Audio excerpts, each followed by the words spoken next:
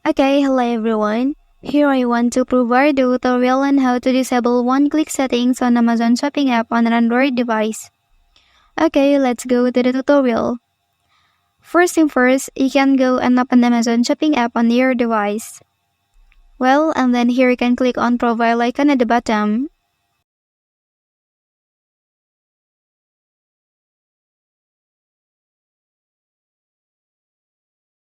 After that, here you can scroll down, and then you can select one-click settings. Okay, after that you can disable it like this.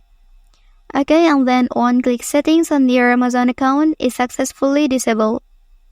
Okay, that's the tutorial on how to disable one-click settings on Amazon Shopping app on an Android device. Don't forget to like and subscribe to get other information from this channel. Thank you.